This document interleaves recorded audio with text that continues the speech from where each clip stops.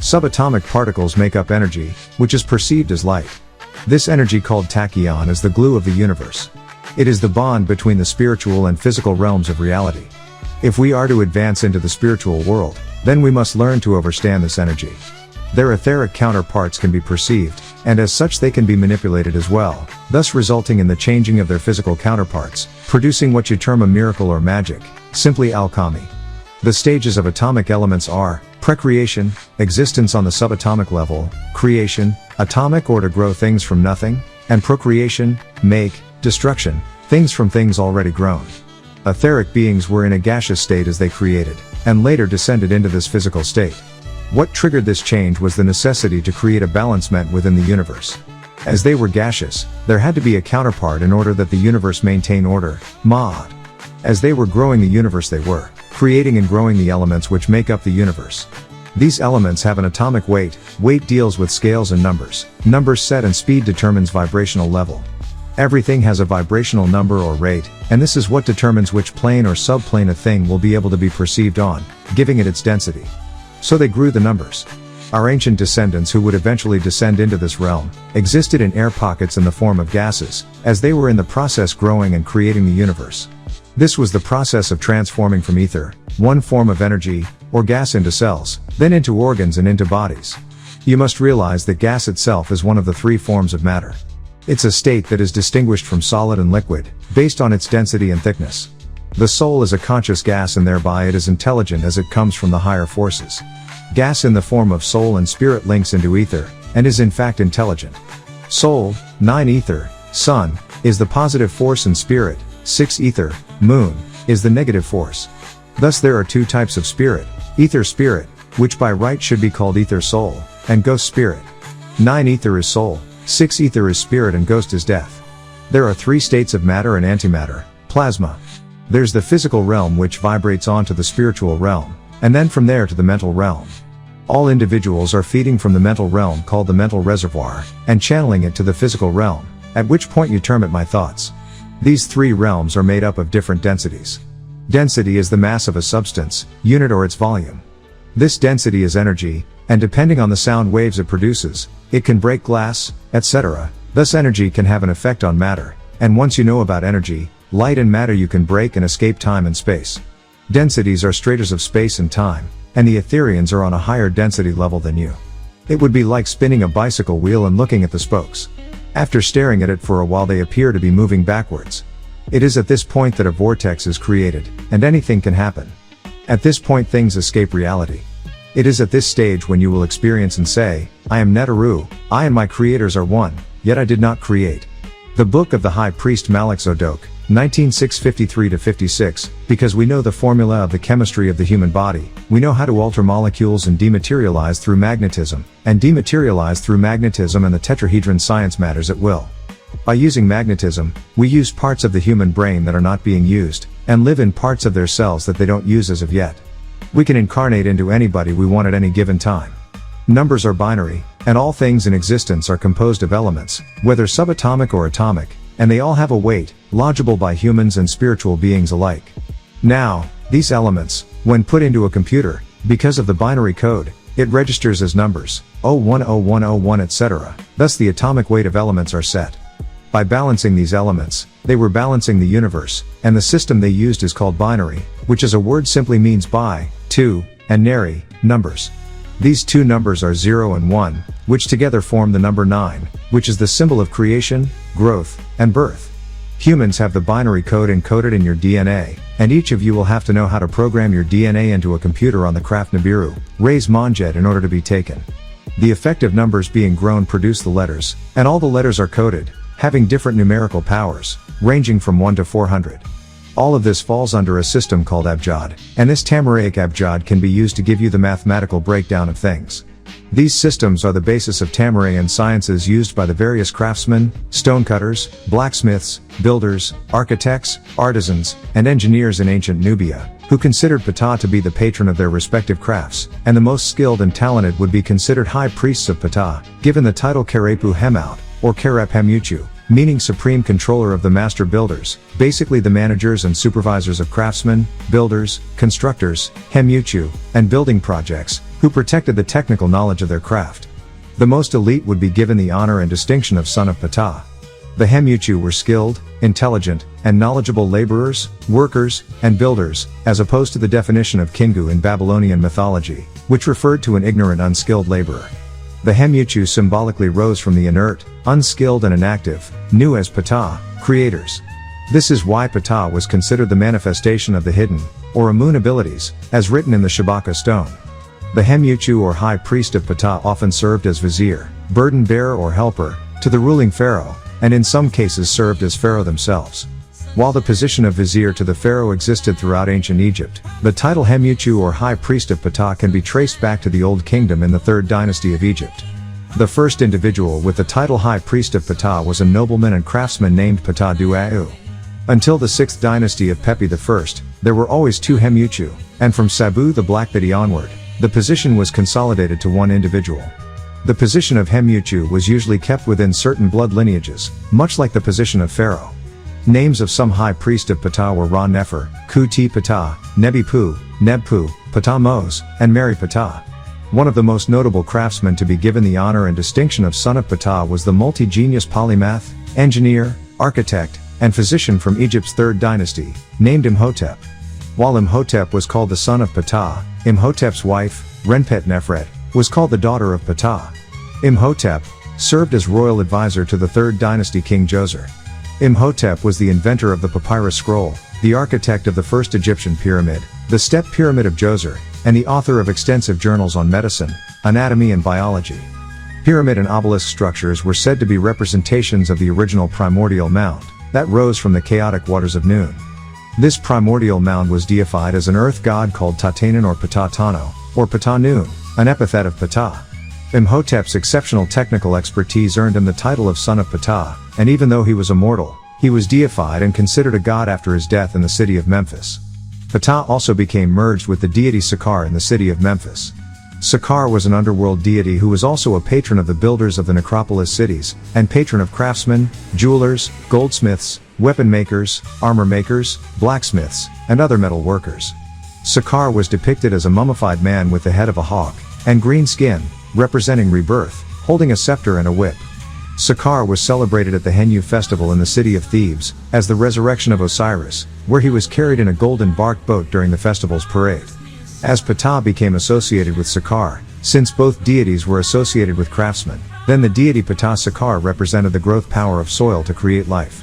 The patron of craftsmen became more specific after Sakar became merged with Ptah, with Sakar being considered the patron of metal workers and Ptah was considered the patron of stone workers. However, this is a very similar relationship, since metal is obtained from stones, today called ore. Eventually the deity Ptah Sakar became merged with the deity Osiris, becoming Ptah Seker Osiris. Osiris was a deity of the afterlife, underworld, death, or unconsciousness, and also was associated with resurrection or returning to consciousness. Osiris was depicted as a man with black skin, representing his association to fertility or the ability to create, or as a man with green skin, representing his association to vegetation, symbolic of growth and creation. The combination Ptah Seker Osiris represented the triad principles of creation, stability, and death in the universe. The Greeks pronounced the deity Ptah Seker Osiris as Patikos or Patikoi or Pataak. The deity Patake, Ptah Sakar Osiris, was depicted as a nude dwarf with a scarab beetle on his bald head, standing on crocodiles and holding serpents in his bands. Patake was also regarded as a son of Ptah, or in some cases a younger manifestation of Ptah. The depiction of the African god of technology and craftsmen as a dwarf gave rise to similar stories and themes around the world, where dwarfs and elves were considered master craftsmen and builders, such as the 7 dwarfs who worked in the mines in the story of Snow White and the 7 dwarfs, or Santa Claus's little elves, who made all of the toys in Santa's workshop. However, the motivation for these dwarf craftsmen stories, as well as the depiction of the deity Ptah as a dwarf, came from the African pygmies at the source of the Nile River in the area of the present-day countries of Uganda, Congo, and Kenya. These African pygmy craftsmen tribes, called Morita in Akan culture, and Telem to the Dogon people, design technologies according to and in harmony with nature, and still bear the name of creation deity Ptah, such as the Mbuta or Bambuta tribe and the Twa tribe, also called the Ba Twa, meaning soul of Ptah. The Twa African pygmies in the countries of Burundi and Rwanda share the area with the much taller tribe called the Tutsi, Bantu, and the Hutu tribe, who is suggested to be related to both the Tutsi and Twa tribes. The etymology of the word pygmy is cubit. These are your original magi. The masters of old used their magnetic wand, the mind and proper use of sex, as opposed to the powers of six ether, which use a magic wand to cast its spell of illusion and lust. Thus they held all the codes to existence and creation. Depending how letters and numbers are arranged holds the key to your very existence, as well as the protection of your person, loved ones and property. Groups of numbers play a prominent part in protective talisman inscriptions. They tend to be arranged in an order, which is not necessarily in alphabetical order, which protects their scientific secrets from the uninitiated, who realize their arrangements represent various meanings. Amongst Sabians, there are 1. 31 letters in our hieroglyphic script, 2. 31 letters in our Rizkian script, and 3. 28 letters in our Nubi script. Together they equal 90 letters, which marks the sacred number 9, which is the completion of all numbers, 1 to 9. 1 equals all, 2 equals 2 of a kind, male and female, positive and negative, 3 emphasis 999, Netaru, guardian, mentality, 666, Hindu, Manu or man, mentality, 333, Kaukasu, demon and beast man, mentality, 4 equals 4 seasons, 13 equals 13th hour, a lucky number for our race. Abjad is simply the arithmetical arrangement of the letters, all having different powers ranging from 1 to 400. Thus, the Tamaraic Abjad can be used to give you the mathematical breakdown of things. We say this because all letters possess magical powers and have numerical values, just as do talismans, which can be composed of letters only or numbers only. Both are usually arranged in lines containing 3 or 4 letters or figures within a framework of the same number of times. This forms the magical square. Whether they are added horizontally, diagonally or perpendicularly, the total is always the same. Then of course there are symbols and statues that are used as talismans, such as the statues of the deities Bes and Tauret. The knowledge of the math required by the Tamarayan, ancient African, masters to construct such squares is considerable, and is the foundation of the Tamarayan science of mathematics, which they use to construct the pyramids, which still baffles so-called modern man today. This system is called algebra, was named after these guardian angelic hosts, called Gibbarim, thus it is called Al-Geber or El-Jabbar, the mighty ones. The Book of the Anti-Kharast, 615-219, the computer works in multiples of 9, that's ones and ciphers, together it makes 9. The binary code of 9 to the 9th power of 9 will give the new hologramic computer no limitations.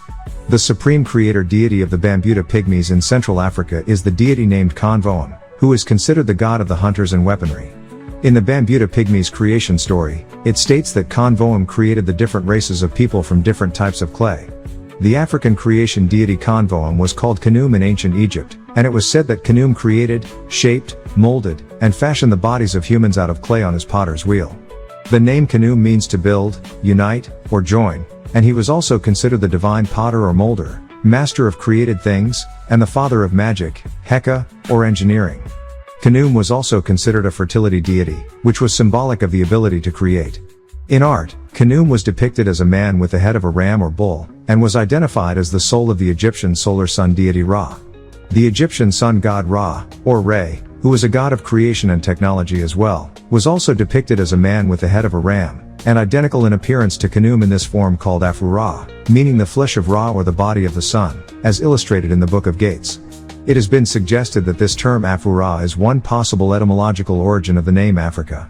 The Book of the Symbolic Ass and Camel, 6:929-32, Our Divine Mother Father, An-Na Re created thee, and in your small solar system, sound, life, and light waves.